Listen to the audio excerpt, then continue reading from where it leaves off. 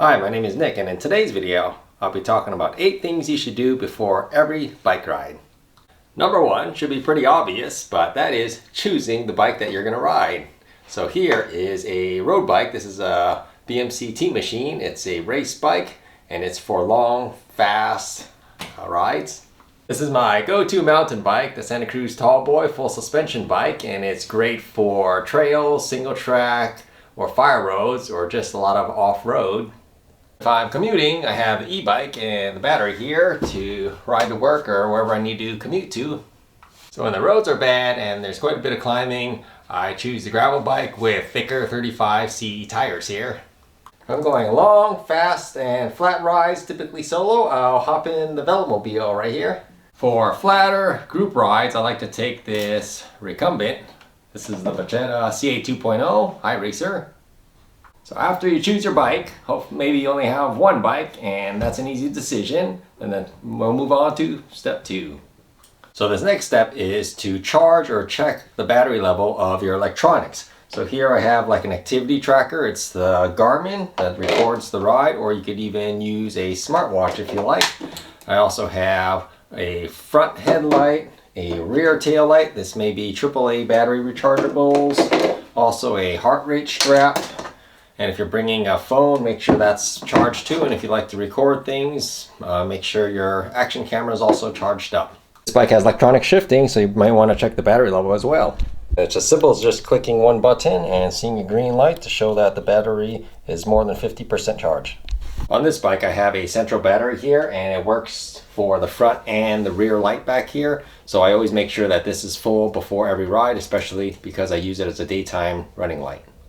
Number 3 is really important, and that is checking your tires. You could just go ahead and spin it once to look to make sure there's no cracks, and also check the tire pressure. And I could do a whole nother video just on tire pressure, because different tire sizes and different rim widths all make a difference to the tire pressure you should use for your ride. So make sure that you have that set up great. For example, on this 35mm wide tire, there's a tire pressure maximum right here. For your bicycle, check the outside of the tire and see this says maximum 4.5 bar or 65 psi, and it's real faint there. And make sure you check the rear tire, because although they could be the same width, this rear tire is also 35mm wide but has 85 psi maximum. As a rule of thumb, you do not ever want to exceed the maximum tire pressure by the manufacturer recommendations. But I am going lower because I'm tubeless on the front and tubed on the rear. I'm running 45 psi in the front for this 35C that balloons out to 38mm wide. And on the rear, I'm running about 50 psi, so much less than the 65 maximum for the front and 85 maximum for the rear. So there's also tire pressure calculators online that you could check to see ideal tire pressure for your bicycle ride. Number 3 is check and lube and clean your drivetrain if necessary. Now for me, every ride that I go on, I always lube the drivetrain and dry it out pretty good and make sure that the chain is nice and lubricated. This is what the drivetrain looks like after one ride, and because the cassette and chain look already quite clean along with the chain rings, I just need to lubricate the chain. On the mountain bike here, I also went on one ride and the cassette's looking a little more dirty just because where I ride's a lot more dusty and dirty. So for this one, I'm just going to also clean and lube the chain, but not clean the cassette or drivetrain because I think it's okay. For my riding, I probably go about 6 rides to 10 rides before I actually degrease the entire cassette and clean the whole drivetrain. For number 5, that's nutrition and hydration. So I like to start off with 2 full water bottles. One of the water bottles I will probably use an electrolyte mix. If it's cold ride or you're riding at night, then you might not need the salt replenishment, so you may not need electrolytes at all. For shorter rides, let's say less than 2 hours or so, you might not need that much food, but if you're going on longer rides, plan on so many calories per hour. So for me, I like to carry probably 500 to 700 calories per hour and always eat that much on the ride, especially if I'm going for 4 or 5 hour ride. You want to make sure you're replenishing the calories before you get too hungry. If you're okay with protein bars and fig bars, feel free to bring a whole bunch. Otherwise, if you like to just make sandwiches, you could do that as well. So in my bag here, I could put some food in there and also some extra electrolytes.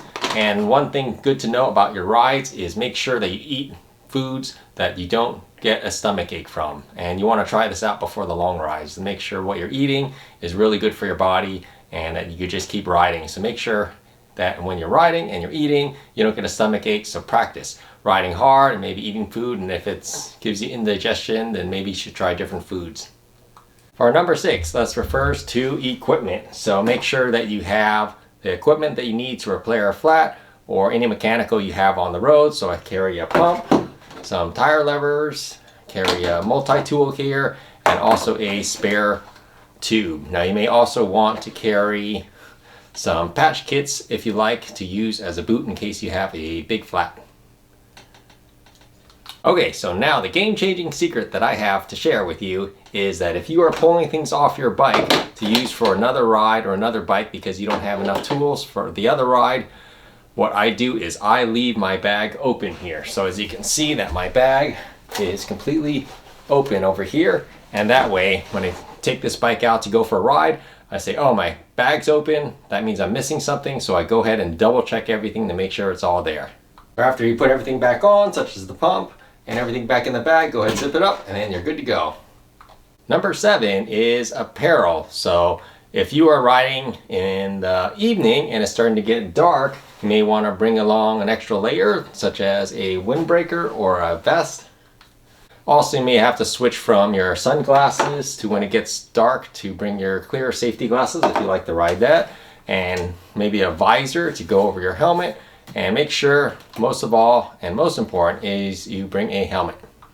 You might not have a choice, but if you are fortunate to have a choice, you could get one that has a lot of vents for some of those hot days, or if it's a little cooler and you want to ride faster, you could always get a aero helmet too. Also, don't forget gloves. Short flinger gloves are great for summer, but in the winter when temperatures cool, you may benefit from some waterproof or wind resistant gloves.